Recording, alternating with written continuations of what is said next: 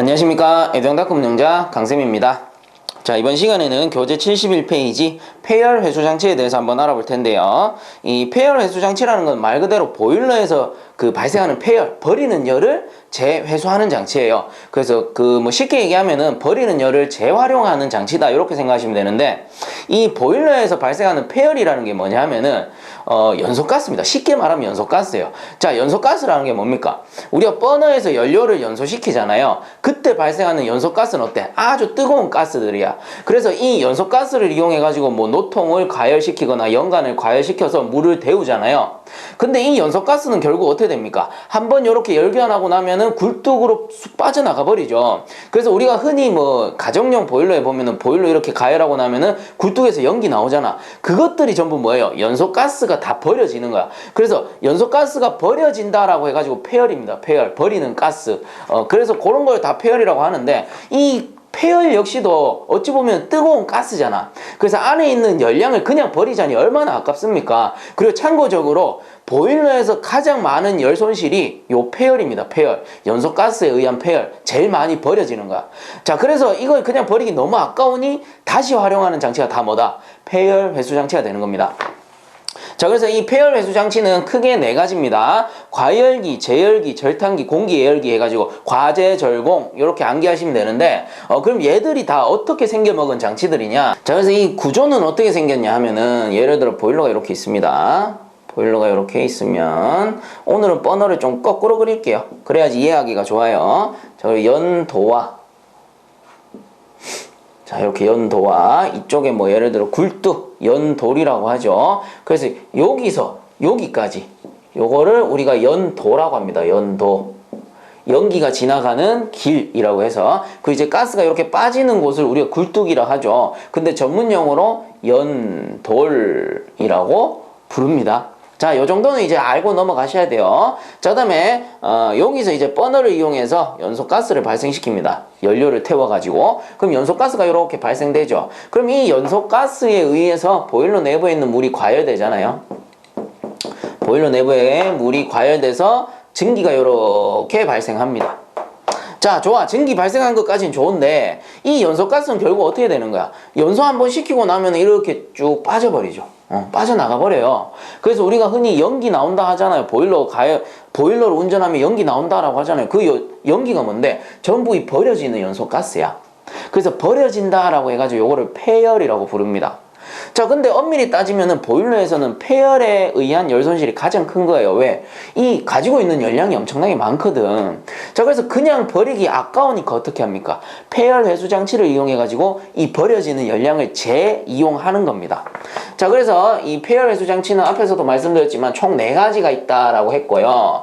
자, 그 중에 첫 번째 장치가 뭐냐면 과열기입니다. 과열기라는 거는 여기서 발생된 증기를 바로 사용처에 보내는 것이 아니고, 여기서 인출해서 연도에서 한번 열교환 시키는 거예요.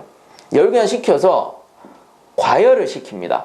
그래서 과열시킨다라고 해서 과열기인데, 엄밀히 따지면 뭐를 과열시키느냐? 여기 보일러에서 발생한 포화증기를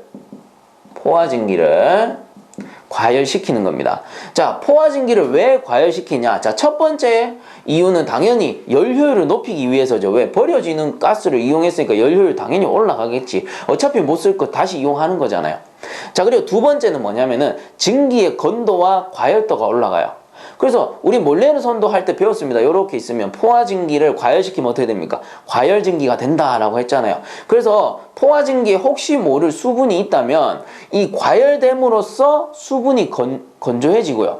그리고 그로 인해서 증기의 건조도는 올라가고 열을 받았으니 과열되겠죠. 그래서 여기서 이제 딱 나오는 거는 과열증기가 나오는 거예요.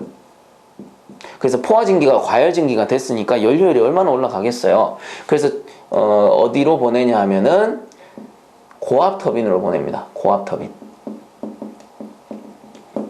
자, 그래서 이 터빈이라는 건 뭐냐면은 제가 사전적 의미로 읽어만 드릴게요. 터빈이란 거는 물, 가스, 증기 등의 유체가 가진 에너지를 기계적 일로 변환시키는 장치입니다. 그리고 회전 운동하는 것이 특징이에요. 즉, 터빈이란 건 뭐냐면은 이 보일러에서 발생한 증기를 터빈에 보내죠. 그럼 증기의 열 에너지에 의해서 터빈은 이렇게 돌아갑니다.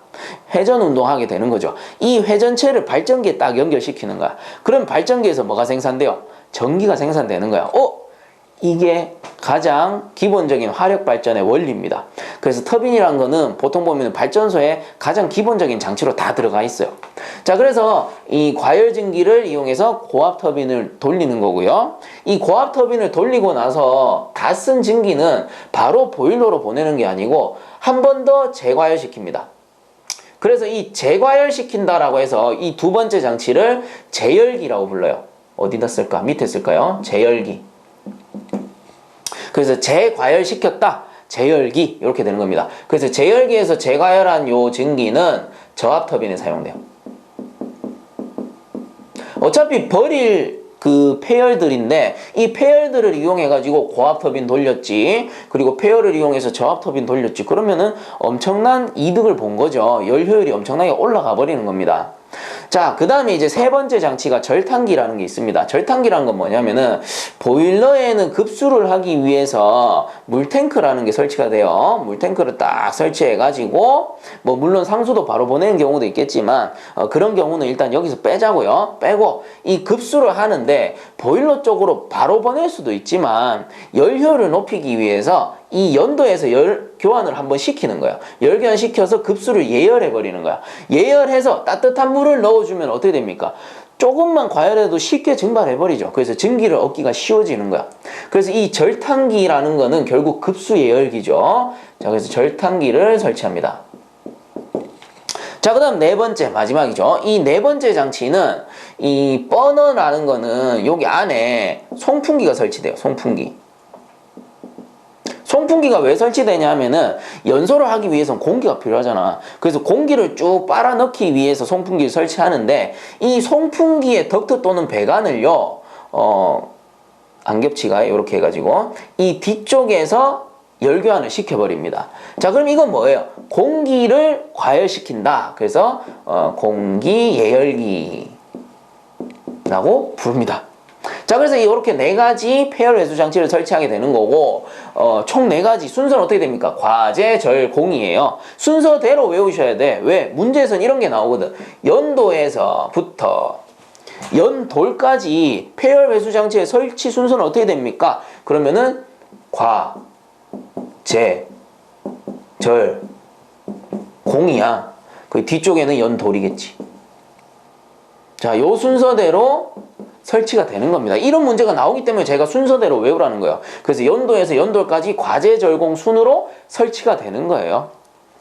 자, 이게 가장 기본적인 구조입니다. 이것만 알고 있으면 지금 책에 나오는 내용 그냥 읽어만 봐도 알아. 자, 그래서 요것만 딱 기억하고 넘어가 주세요. 넘어가서 이제 책은 그냥 편안한 마음으로 쭉 읽고 쌤이 설명해 준 거 듣고 넘어가시면 됩니다. 자, 그러면 이제 교재로 한번 돌아가 봅시다. 자, 그래서 71페이지 하단에 보시면 1. 과열기 해서 나오죠. 그래서 한번 읽어보면 연소가스의 여열을 이용하여 보일러 속에서 발생한, 그 다음 줄 쭉 꺼주세요. 포화증기를 과열증기로 만드는 장치. 압력은 일정한 상태에서 과열된다. 그래서 과열도를 줘가지고 그 내부에 있는 수분을 증발시킨다던가 열량을 이렇게 올려버리는 거죠. 자, 그럼 넘어가겠습니다. 72페이지 상단에 보시면 왼쪽에 참고부터 볼게요. 그러면 과열기 설치 시 장점은 뭐냐? 동그라미 1번 봅니다. 보일러의 열 효율을 높여준다. 그렇죠. 어차피 버리는 폐열을 이용했기 때문에. 그 다음 동그라미 2번에 관내 부식 및 워터 해머를 방지할 수 있다. 그렇죠. 수분이 증발한다라고 했습니다. 포화증기에 혹시 모를 수분이 증발한다라고 했잖아요. 과열을 시켰으니까. 그 다음 3번에 적은 양의 증기로 많은 열을 얻을 수 있다. 어차피 버리는 열량을 썼으니까 열 효율 올라간 거죠. 그 다음 4번에 관내 유속에 따른 마찰저항이 감소된다. 자, 이것도 수분이 제거됐기 때문에 마찰저항 역시 감소되었다. 이렇게 보셔야 되는 거예요. 자, 그 다음에 이제 본문 오른쪽으로 넘어가서, 자, 그래서 괄호 1 과열기의 종류해서 동그라미 1번에 보시면 열가스 흐름에 따른 분류 해가지고 세 가지 나오는데 병류형, 향류형, 혼류형 나오고요. 자, 이때 각각 이 흐름은 어떻게 되냐면은 병류형 같은 경우는 이렇게 있으면 내부에 연소가스가 이렇게 지나가죠. 그러면 증기 코일이 이렇게 설치가 됩니다.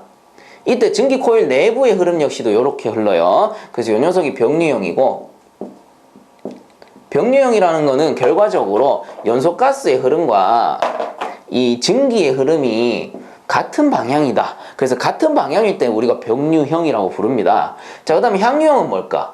향유형은 연소가스가 이렇게 지나간다면 이 증기 코일이 이렇게 설치가 되겠죠. 그럼 증기 흐름은 이렇게 돼요. 그래서 향유형이라는 거는 뭡니까? 연소가스 1로, 증기 1로 해가지고 반대 방향. 그래서 연소가스와 증기의 방향이 반대로 흐를 때 요때를 향유형이라고 불러요. 그러면 세 번째 혼유형이라는 건 뭘까? 혼유형. 혼유형 그 그림 잘 나와 있어요. 일단 연소가스는 요렇게 흘러갈 때요. 여기서 요렇게 한번 꼬고, 그 다음에 요렇게 올려가지고 이 반대쪽에서 요렇게 한번 꼬았어. 그러면 보세요. 여기 앞쪽에 요것만 보게 되면은 증기가 요렇게 지나가요. 그래서 증기가 요쪽으로 흘렀죠.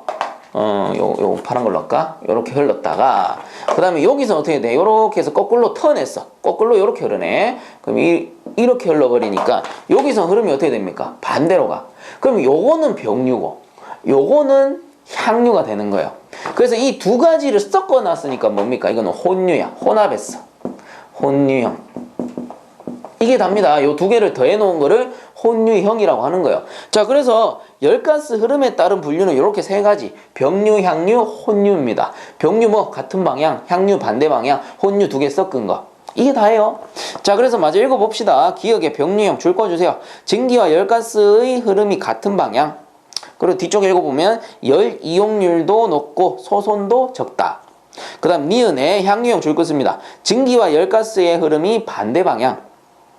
그리고 마저 읽어보면 열 이용률이 높고 양호 하나 연소가스에 의한 소손의 우려가 있다라고 되어 있는데, 자, 이거는 왜 그러냐 하면은, 자, 생각을 한번 해봅시다.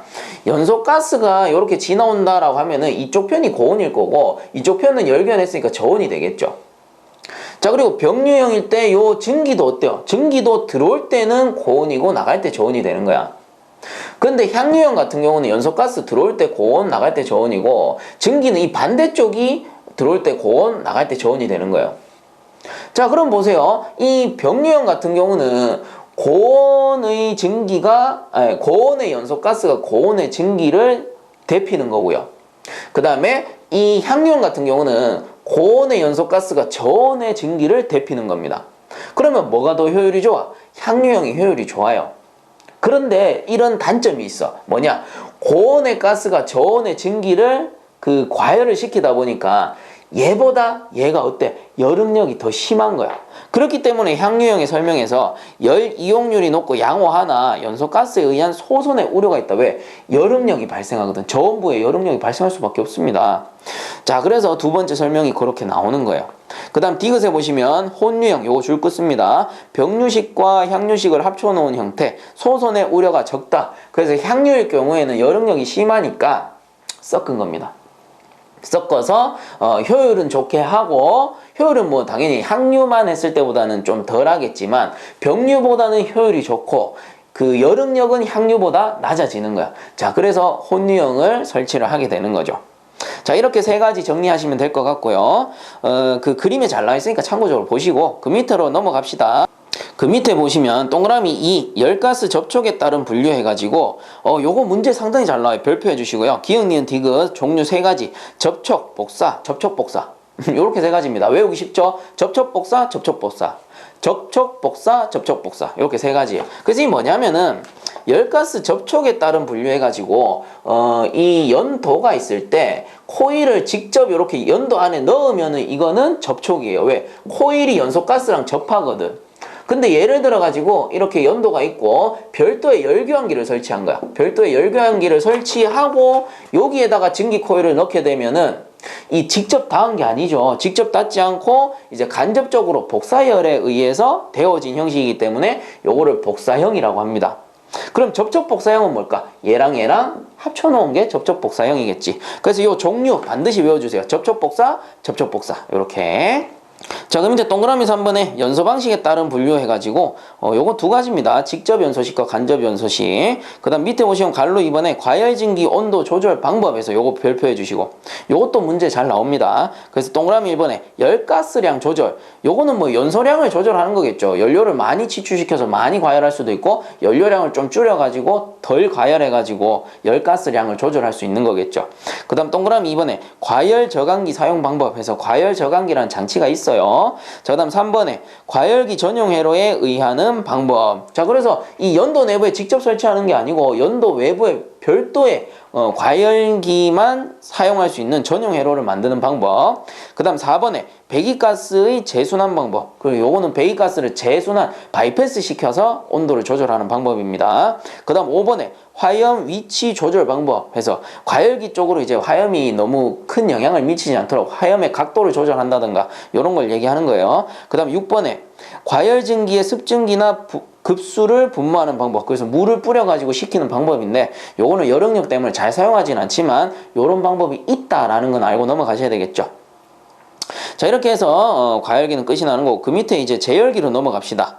제열기 같은 경우는 줄만 꺼주시면 될 것 같아요. 쭉 한번 읽어보면 증기의 건조도를 높이기 위해 증기를 재가열하는 장치로, 그 다음 줄 긋습니다. 과열 증기가 고압 터빈에서 팽창이 끝나고 응축 직전에 회수하여 다시 가열시켜 저압 터빈에서 팽창하도록 하는 것으로 증기 터빈의 열 효율을 향상시킬 뿐만 아니라 터빈 날개의 부식이나 마찰에 따른 손실을 감소시켜준다. 그래서 앞에서 제가 구조도 그려드렸고 제열기는 이렇게 사용하는 거다. 그 내용이 그대로 나오는 겁니다. 자, 그 다음 넘어갑시다. 자, 73페이지 상단에 보시면 절탄기 나옵니다. 영어로는 이코노마이저라고 돼 있고요. 기출문제에서는 이코노마이저로 나오는 경우도 있으니까 이코노마이저가 절탄기구나. 요건 알고 넘어가셔야 돼요. 자, 그리고 밑에 첫 번째 줄 긋습니다. 배기가스의 여열을 이용하여 급수를 예열하는 장치. 그래서 급수 예열기라고 했었죠. 그럼 마저 읽어보면은 급수를 예열하는 장치로 연도 안에 설치되어 보일러의 포화 온도보다 약간 낮은 10에서 20도씨 이하 정도로 급수를 예열하여 보일러 본체와 급수 간에 연결한다. 그래서 앞에서 제가 다 설명드렸던 부분이고요. 그 밑에 이제 어드바이스 보시면 절탄기에서 급수 온도를 10도씨 높일 때마다 보일러 효율은 1.5% 증가된다. 그래서 꽤나 많이 증가되는 편입니다. 그 다음에 줄 긋습니다. 절탄기 출구 온도는 170도씨 이상 되어야 저온 부식이 방지된다. 자, 그래서 이 폐열 회수 장치에서 발생하는 부식의 종류가 두 가지가 있는데 한 개가 고온 부식이고 또 한 개가 저온 부식입니다. 이거는 뭐냐면 고온 부식이라는 거는 연도 내부의 온도가 너무 상승했을 때, 너무 고온일 때 발생하는 부식이 고온 부식이고요. 그리고 연도 내부의 온도가 내려갔을 때, 그 설정치보다 기준 온도보다 내려갔을 때 저온에서 발생하는 부식을 저온 부식이라고 하는 거예요. 자, 그래서 우리가 앞에서 배웠듯이 연도가 이렇게 있으면 설치 순서가 어떻게 됐습니까? 과, 제, 절, 공이었어요. 자, 이때 잘 기억하세요. 이 과열기, 제열기가 고온부고요. 고온부. 그 다음에 절탄기와 공기 예열기가 따지고 보면은 저온부입니다. 저온부. 그래서 고온부식이라는 거는 주로 보면 과열기, 제열기에서 발생하고요. 그 다음에 저온부식이라는 거는 절탄기, 공기 예열기에서 발생합니다. 그리고 이 원인 같은 경우는 뒤에 넘어가면 나오니까 그때 하도록 하고요. 상식적으로 생각해 보세요. 보일러 연소가스가 이렇게 돌아서 나온다라고 치면은 최초 과열기, 제열기가 당연히 고온부일 수밖에 없죠. 그리고 과열기, 제열기에서 열을 한번 흡수했기 때문에 온도가 떨어져서 절탄기, 공기 예열기는 당연히 저온부가 될 수밖에 없습니다. 자, 이때 고온의 기준이 뭐냐면은 500도씨 이상일 때, 500도씨 이상에서 고온 부식이 발생하고요. 저온 부식이라는 거는 170도씨 이하일 때 이제 저온 부식이 발생하게 됩니다. 그래서 고온 부식이 발생하는 곳은 과열기, 제열기, 그 다음 저온 부식이 발생하는 거는 절탄기, 공기 예열기라는 거, 요것만 이번 시간에는 기억하고 넘어가 주시면 될 것 같아요. 어차피 뒤쪽에 가면 좀 더 상세하게 하니까. 그리고 간혹 보면 선생님 170도씨가 저온은 아니잖아요 라고 하는데 보일러입니다. 보일러. 보일러에서, 그리고 대용량 보일러일수록 더 그렇죠. 보일러에서 170도씨면 저온이라고 보는 겁니다. 그럼 뭐 고온은 이 500도씨보다 더 올라갈 수도 있으니까 기준이 500도씨, 170도씨라는 거. 이 기준은 문제에서 나오는 기준입니다. 자, 그래서 다시 한번 보면 어드바이스 줄 끝 내용. 절탄기 출구 온도는 170도씨 이상 되어야 저온 부식이 방지된다. 그렇죠. 170도씨보다 낮으면은 저온 부식이 일어나니까 이 출구 온도를 170도씨보다는 높게 유지해 주는 게 좋겠더라. 자, 그 다음에 이제 밑에 보시면은 절탄기의 장점 및 단점 해가지고 장점 보시면 보일러의 효율이 증가한다. 당연한 소리고요. 그 다음 급수와 보일러 수의 온도차를 작게 하여 여름력을 방지한다. 그렇죠. 그 다음 세 번째, 급수에 포함된 일부 불순물을 제거할 수 있다. 자, 이거는 뭐냐면은 보일러를 예열하게 되면 경수가 연수로 바뀌어요. 그리고 경수의 경우가 스케일이 많이 발생하기 때문에 약간 예열해서 연수로 바꿔줌으로써 불순물을 제거할 수 있다라는 겁니다. 자, 그리고 단점 보시면 청소 및 점검이 곤란하다. 자, 그렇죠. 연도 내부에 이 절탄기 코일이 이렇게 설치가 될 테니까 이 연도 내부 청소 어때요? 아주 힘든 거야. 내부 구조가 복잡해진 거잖아요. 그 다음 두 번째, 연소가스 통풍의 마찰 손실이 많다. 그리고 뭐 통풍력이 감소한다. 이렇게 돼 있죠. 그래서 얘가 없을 때는 그냥 연소가스 쭉쭉 통과할 텐데 이게 어찌 보면은 장애물이잖아요. 장애물 이 있다 보니까 연소가스가 그대로 통과하지 못하고 요 코일에 의해서 마찰 저항이 생기는 것이고 그로 인해서 통풍력은 감소하는 겁니다. 통풍력 뭔데? 연소가스가 빠져나가는 거. 빠져나가는 그 능력을 통풍력이라 한단 말이야. 그래서 통풍력이 감소한다. 그 다음 세 번째, 저온 부식이 발생한다. 그렇죠. 이 급수 예열기다 보니까 차가운 물이 들어오는 거잖아요. 차가운 물이 들어오다 보니까 어쩔 수 없이 그 내부에서는 저온 부식이 발생할 수밖에 없습니다. 자, 이제 그 밑에 보시면 4. 공기 예열기 해서 나오죠. 한번 읽어보면 보일러의 연소가스 온도 200에서 400도씨의 여열을 이용하여 줄 것입니다. 연소용 공기를 예열하는 장치. 그래서 공기를 예열한다라고 해서 공기 예열기였고요.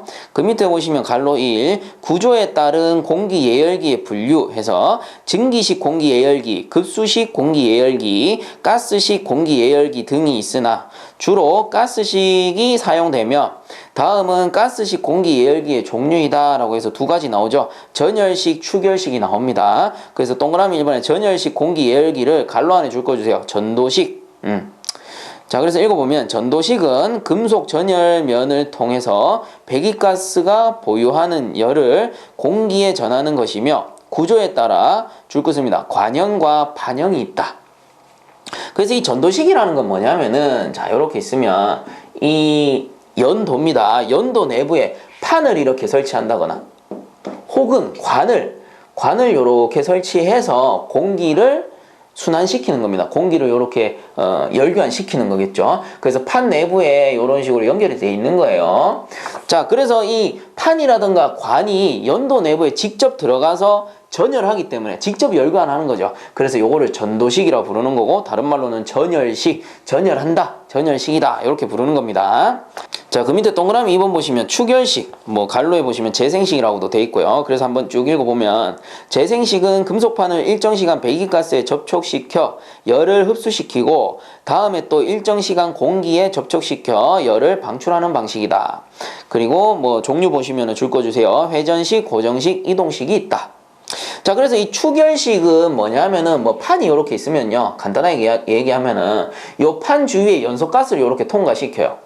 그럼 판이 어떻게 돼요? 온도가 확 올라가겠지. 뜨거운 연소가스랑 열교환했으니까. 그리고 연소가스 다 지나가고 나면은 이제 그때 공기를 이렇게 다시 통과시킵니다. 그럼 차가운 공기가 들어오면서 요 축열돼 있던 판이 열을 축적하고 있잖아요. 그 축열돼 있던 열을 재사용해서 공기를 데우기 때문에 뭐 다른 말로는 재생식 이렇게 얘기하는 거고, 그리고 판이 열을 축적한다라고 해서 축열식 이렇게 부르기도 하는 겁니다.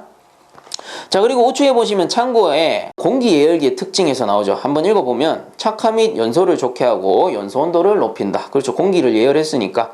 그 다음에 연료의 완전 연소를 가능하게 한다. 이것도 공기가 예열됐으니까 뜨거운 공기가 들어오잖아요. 그럼 세 번째, 저온 부식의 위험이 크므로 배기가스 온도를 150에서 170도씨 이하가 되지 않도록 한다. 이거는 절탄기랑 같은 얘기죠. 그래서 절탄기와 그 공기 예열기가 저온 부식이 발생하는 장소라고 제가 말씀드렸습니다. 그 밑에 공기 예열기의 설치 시 장점에서요, 요거는 이제 읽어보시면 이해가 가실 거예요. 동그라미 1번, 보일러의 열 효율을 향상시킨다. 그렇죠. 어차피 버리는 폐열을 사용한 거니까. 그 다음 2번에 연소 및 전열 효율을 향상시킬 수 있다. 같은 말이네요.